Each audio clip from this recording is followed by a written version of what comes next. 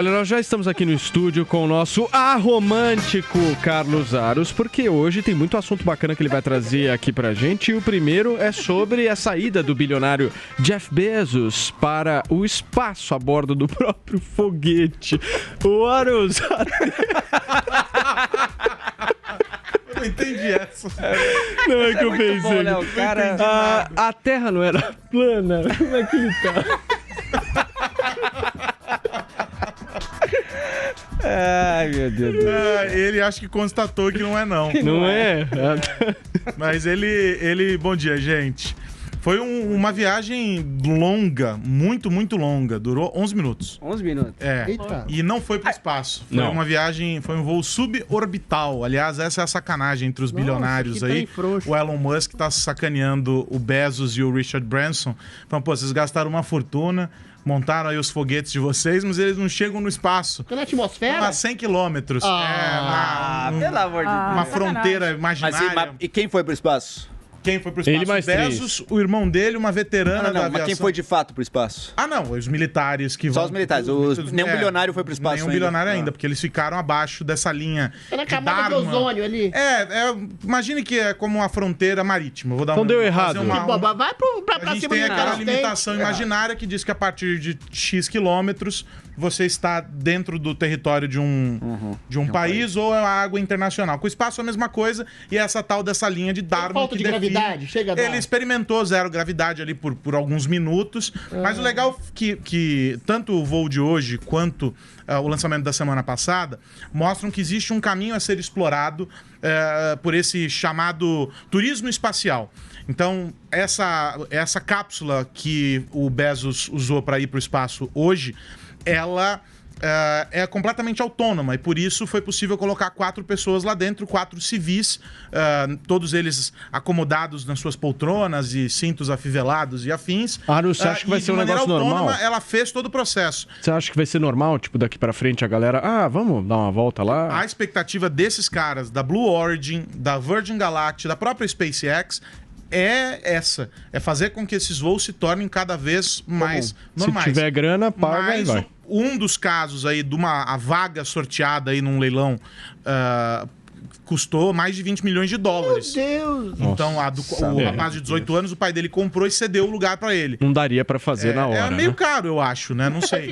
Quanto tempo lá em cima? Depende. Razoável, O razoável. voo durou 11 minutos entre a subida e a descida. Então vamos dizer que nessa zona aí suborbital você fica uns 3 Semi-espacial, né? O minutos. É o semi-espaço. semi-espaço. 3 minutos, Como você fazer 20 cocô milhões e tá tudo certo. de dólares. 3 ou 4 minutos. Pelo amor de Deus. A experiência da gravidade zero tá também um pouco nessa descida. O que acontece? Essa imagem que a gente está acompanhando é da transmissão oficial. Esse é o lançamento em si. Psicanalítico, Lá sim. na ponta do foguete tá a cápsula.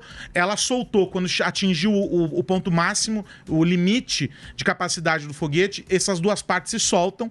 O foguete voltou primeiro e também de maneira autônoma pousou na vertical. Nossa. Quando ele vem caindo e ele chega mais ou menos próximo do solo, essa turbina ela reacende e aí ele desacelera e pousa. E a cápsula, quando atinge também uma determinada altitude, ela solta 3 paraquedas que fazem a suavização da descida. Tudo isso foi feito em uma base de lançamento da própria Blue Origin, no Texas. Então, o lançamento, o pouso, tudo aconteceu no mesmo lugar. E o Jeff Bezos, as imagens são divertidíssimas dele descendo, desembarcando. Parecia uma criança, sorriso de orelha a orelha, imagina. Ele fez aquilo que é o sonho de muita gente, ainda que não tenha ido de fato para o espaço, ido até um outro planeta, vamos colocar dessa maneira, mas não importa, é um feito importantíssimo e que agora vai abrir algumas discussões. A primeira delas é: como é que a gente organiza essa bagunça? Qualquer um pode apontar um É foguete isso que eu pro ia te alto perguntar. e sair fazendo viagem? Tem alguma autorização governamental que você Tem que ter as precisa? autorizações por causa do espaço aéreo e tal, mas mais do que isso, há uma série de regras, e são regras internacionais, sobre o espaço. Os Estados Unidos, pioneiros nesse processo e tal. Eles querem mandar em tudo, né? Eles querem mandar em tudo, mas eles também participam desse, vamos dizer assim, desse acordo internacional que envolve a União Europeia, tem Rússia, tem a China. Então, O aumento foi expressivo nos últimos 5 anos do número de lançamentos de foguetes. E a gente está falando de lançamento não só dos testes feitos por essas empresas, mas também do lançamento de satélites.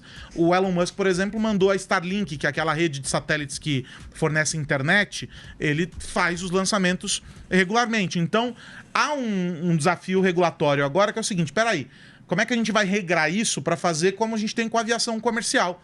Né, o voo doméstico, o voo internacional. A gente precisa estabelecer regras.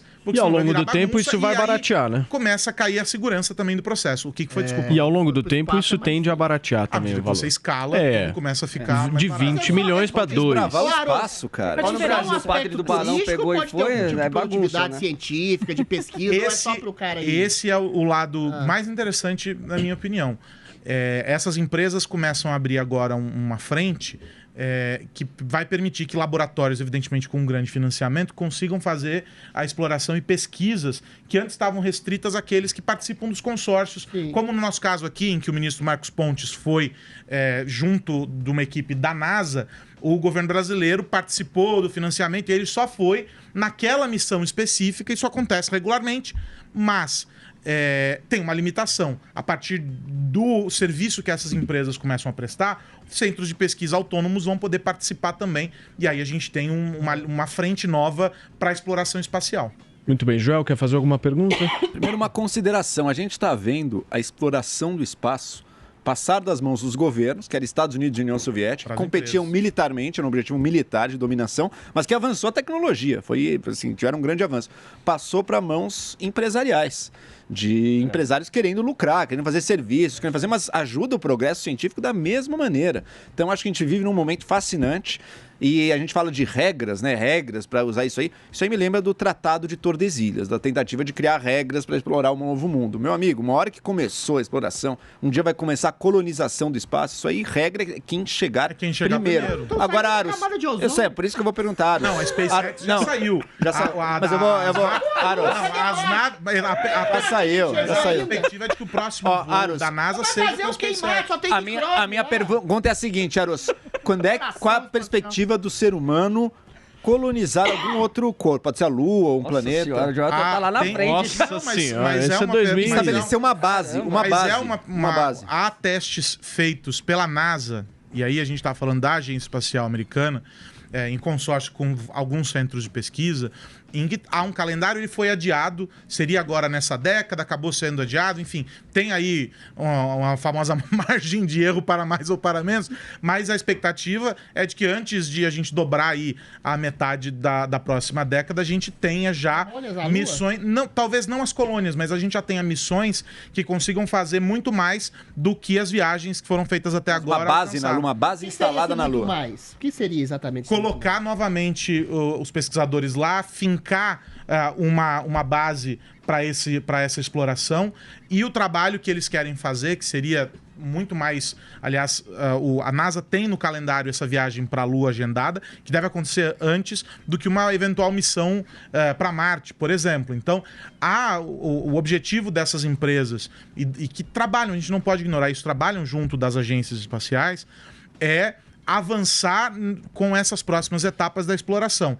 E seria, naturalmente, o retorno à Lua, já numa condição melhor para fazer a exploração, com equipamentos muito mais modernos. A gente está falando aí de décadas de diferença, né, de tempo entre uma viagem e outra, para essa exploração.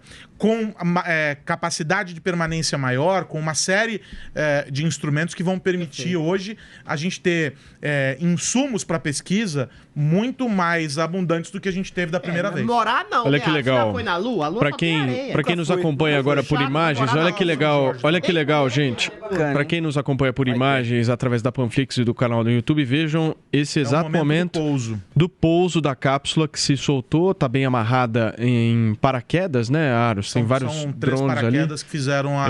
E aí nesse exato momento ele pousa, ó. Não é olha muito só. suave, tem um solavanco aí no chão, mas poxa... Deixa eu ver. A 16 quilômetros aí. Genial. Ai, meu cóccix. E aí fica um tempão aí o suspense, o que tá rolando, e aí na sequência essa câmera aérea aí, sai um provavelmente alienígena. um drone. Louco. O alien possuiu e matou todo mundo.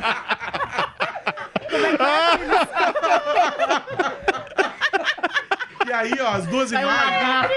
Isso que a gente tá vendo são as duas imagens. Do lado esquerdo é o foguete que teve a propulsão pra levar a cápsula e do lado Ai, direito. cadê? Demorou um tempo ainda pra sair. Morreu lá. Morreu, tá lá Mas esse aí deitado. que a gente tá vendo do lado de cá é o Bezos. Ele acena, sorri Não tem um pra... negócio quando o astronauta volta e tem um problema de perda muscular, ele passa Mas é mal. que ele não muito chegou... pequeno. Ele não muito foi, pequeno, é. isso muito 2 minutinhos não dá isso, não. Quando o astronauta Ele volta, fez- visita, Ele desce, fez a mesma coisa que tem, inclusive aqui em alguns shopping centers. Você vai lá, entra na gravidade. vento, É, isso é natural. A mesma Não fez coisa nada é demais. fantástico. É. Né? Mesma coisa...